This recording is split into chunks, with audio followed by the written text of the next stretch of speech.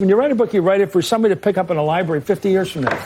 And it has to be true for the ages. I mean, this is the thing that we have to just remember, that the president has been a pathological liar for most of his life. And so what is the benefit of John Bolton just deciding to lie and put himself in this position?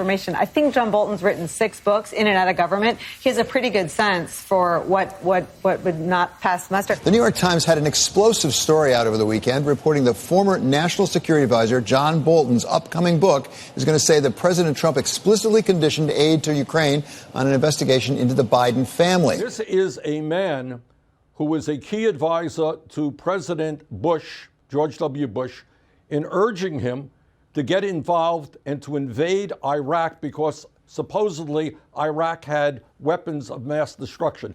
As I think most Americans now know, that effort in Iraq was the worst foreign policy disaster in the modern history of this country. Is it possible the President of the United States has so outsourced his foreign policy to a neocon hawk that he doesn't know what the hell's going on? You have some people, unfortunately, in Washington, Bolton being one of them, who believe that war and militarism is the answer to everything. I think his last choice for National Security Advisor was very ill-advised. I think John Bolton has been the worst mistake he's made. These neocons are like little Pez dispensers. They always got a little war coming up. They push the little button, the little war comes up. One of the great cheerleaders for the war in Iraq, who was a part of the Bush administration then, John Bolton, of course, is now the major advisor, national security advisor today for President Trump. And once again, he has learned nothing. And in fact, he is one of the few people in the world who actually believes that the war in Iraq was a good decision. Congress refused to confirm him as UN ambassador because of reports he would bully government analysts and had a history of berating and undermining anyone who attempted to challenge him.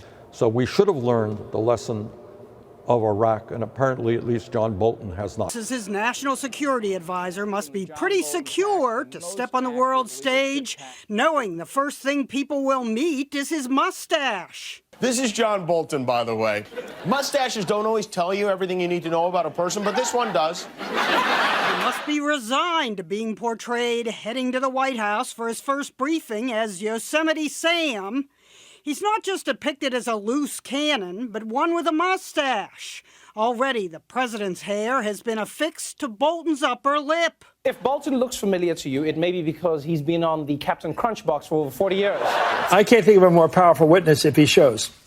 Then John Bolton? No, he is witness number one for what you want. NSC, head of the whole thing, there during the entire drama, hasn't spoken in the past. Get him under oath. He called for Speaker Pelosi, Joe Biden, Chairman Schiff, and others to face Republican questioning. House Intelligence Chairman Adam Schiff, who gets final say, quickly shot back that on witness requests, he will give due consideration, but will not allow the same sham investigations into the Bidens or 2016. The only thing that the whistleblower can say is that he was told by other peoples about the phone call. I think we should be protecting the identity of the whistleblower. I've said that from the very beginning, because how we treat this whistleblower will impact whistleblowers in the future. The whistleblower has great risk associated with his life right now. If the Senate needs to secure testimony from John Bolton, then I will say so if I think that's necessary for fairness. But I also have said for weeks, if we call one witness, we're going to call witnesses requested by the president. So that's no to the Bidens. I'll leave that to the chairman. I don't see any relevancy with the Bidens. There's no evidence that anything improper has happened. I said, I'm telling you, you're not getting $1 billion. I said, you're not getting $1 billion. I'm going to be leaving here. And I think it was, 6 hours? I said, I'm leaving in 6 hours. If the prosecutor's not fired, you're not getting the money. Got fired. I see no reason why you would have Hunter Biden testify when, from what all the reports that we've seen, is this wasn't a valid investigation. Do I think we are going to get to the point of a conviction? I wouldn't say yes at this point. But as we keep having the release of the Bolton books and these videos that are coming out, more and more information really does make it that much more difficult for them to have a fast acquittal. Every time things don't go the Democrats' way, they try and change the narrative. They try and selectively leak information to try to do that. And some of your colleagues in the Senate on the Republican side say he would be a relevant witness. Why not? Well, let me tell you about the process in the House side. We went through 18 closed-door depositions with leaks taken out of context, with facts that have been debunked as we've heard and as the depositions have been released. This is nothing new. This is part of the Democrats' playbook. And Adam Schiff had an opportunity. He subpoenaed John Bolton and then withdrew that subpoena. If this testimony was so important, it should have been part of the House process.